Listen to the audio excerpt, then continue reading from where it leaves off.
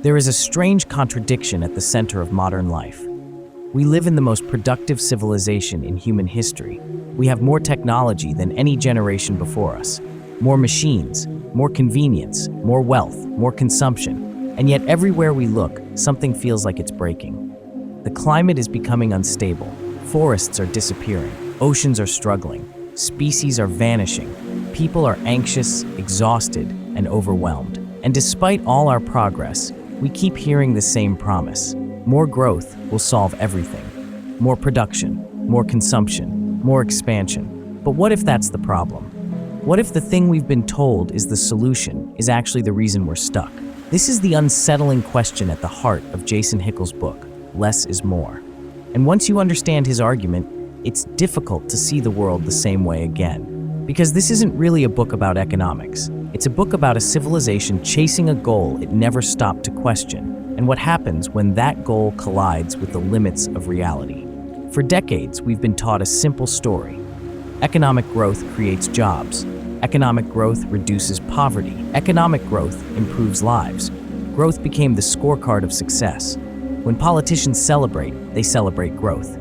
When news channels report good economic news, they're usually talking about growth. When economies slow down, panic begins. Growth isn't just something we want, it's something our entire system depends on. But Hickel asks a simple question: how much growth is enough? And that's where the story becomes uncomfortable. Because nature doesn't work the way our economy does. In nature, healthy things grow, but only up to a point. A tree grows, a child grows, an ecosystem grows. Then eventually they mature, they stabilize, they find balance. Growth serves life. Life does not serve growth. But our economic system works differently. It demands expansion forever, not for a specific purpose, not until everyone has enough, not until basic needs are met. Forever, year after year, decade after decade. The economy must keep growing, and if it doesn't, crisis follows, jobs disappear, businesses fail, governments panic. The machine demands constant expansion. And according to Hickel, this endless pursuit of growth has become one of the defining forces behind ecological destruction. Because growth isn't magic. Every increase in economic activity requires something. More energy, more materials, more land, more extraction, more waste. The economy doesn't float above the physical world. It is built from the physical world, and that changes everything. One of the most powerful moments in the book begins with something surprisingly small: insects. Hickel remembers long road trips as a child. The front of the family vehicle would become covered with insects, butterflies, moths, beetles, thousands of tiny lives colliding with the windshield. Today, that experience has largely disappeared. At first, it seems insignificant, just a childhood memory. But scientists discovered something disturbing. In many places, insect populations have collapsed dramatically. And insects aren't just insects. They pollinate crops, feed birds, support ecosystems, hold together invisible networks of life. When they disappear, other species begin disappearing too. Then food systems weaken, then ecosystems unravel.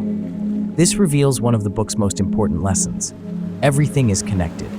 The modern world encourages us to see isolated pieces, separate problems, separate industries, separate individuals. But reality is a web of relationships: the soil beneath our feet, the forests that create rainfall, the oceans regulating climate, the insects pollinating plants. None of these systems exist independently, and neither do we. The crisis isn't happening somewhere else. It is happening within the systems that make human life possible. And that's where Hickel challenges one of our deepest assumptions: the belief that technology alone will save us. Many people assume innovation will solve environmental problems without requiring any fundamental change. We'll invent cleaner energy, more efficient machines, smarter systems, and somehow continue growing forever. Hickel isn't anti-technology. Far from it. He believes technology is essential. But he argues that technology alone cannot solve a problem created by endless expansion. Imagine running on a treadmill, then upgrading to a better treadmill, a faster treadmill, a more efficient treadmill. You're still running, you're still moving. The treadmill is still controlling the direction. The issue isn't the machine. The issue is that nobody asked whether you should still be running. According to Hickel, efficiency gains often get swallowed by growth itself. We become better at producing, then we simply produce more. We become better at extracting, then we extract more. The benefits are absorbed by an economic system whose primary objective remains expansion. The destination never changes. And that's why the book introduces one of its most controversial ideas: degrowth. The word itself makes many people uncomfortable. It sounds like sacrifice, decline, loss, going backward. But Hickel argues that's not what degrowth means at all. Degrowth is not about making people poorer. It is not about creating misery. It is not about shutting down society. It is about asking a different question.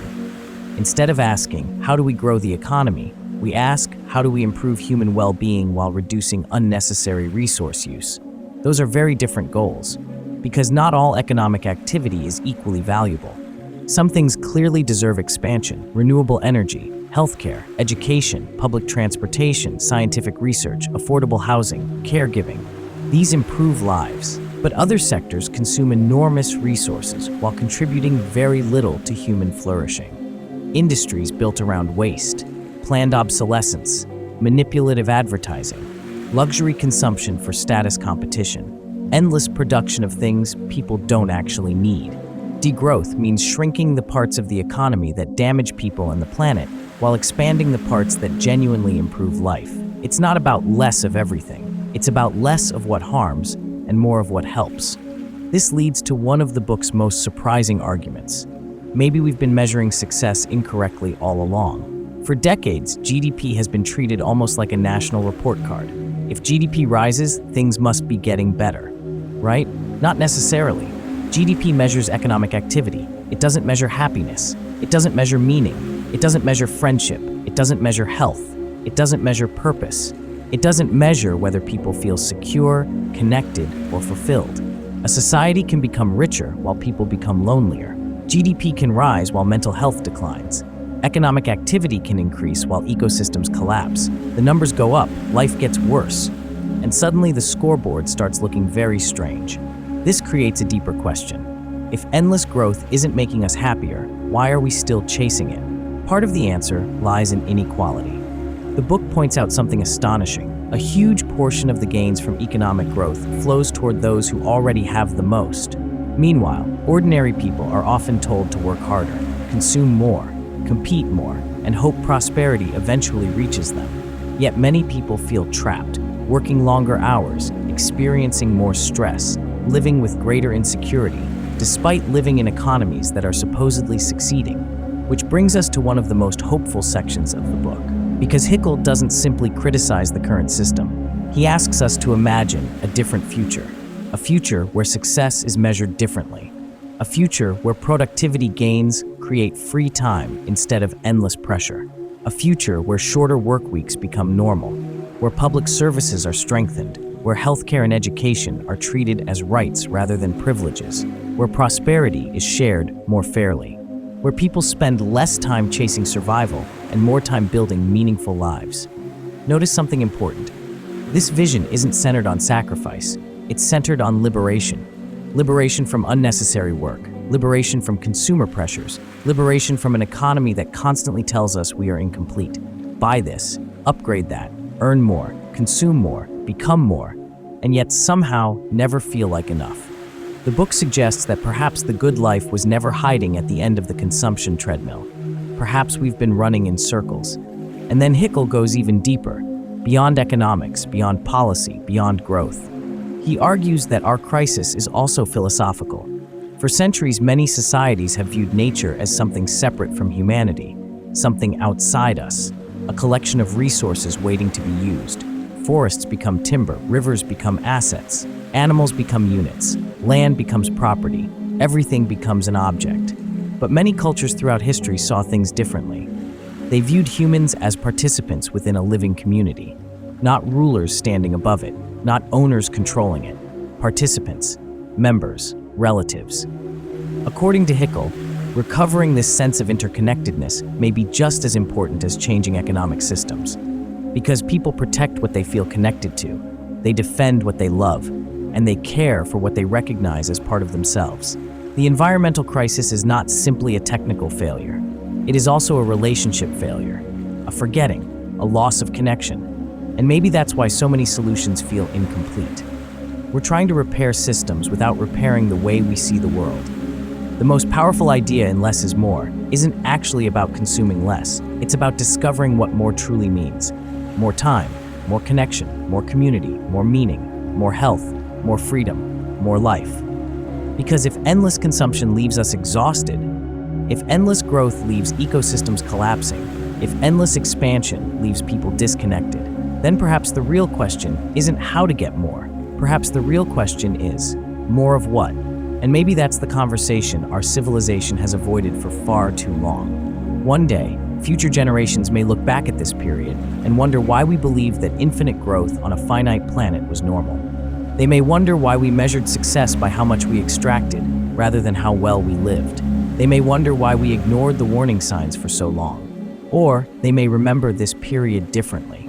As the moment people began asking better questions, the moment we stopped confusing growth with progress, the moment we realized that enough can sometimes be abundance, that prosperity can exist without excess, that progress can mean healing instead of expanding, and that sometimes the path toward a richer life begins with learning what we can finally let go of. Because the future imagined in this book isn't a future of less life, it's a future of more life, more belonging, more balance, more meaning, and perhaps, in the end, that's the kind of wealth that matters most.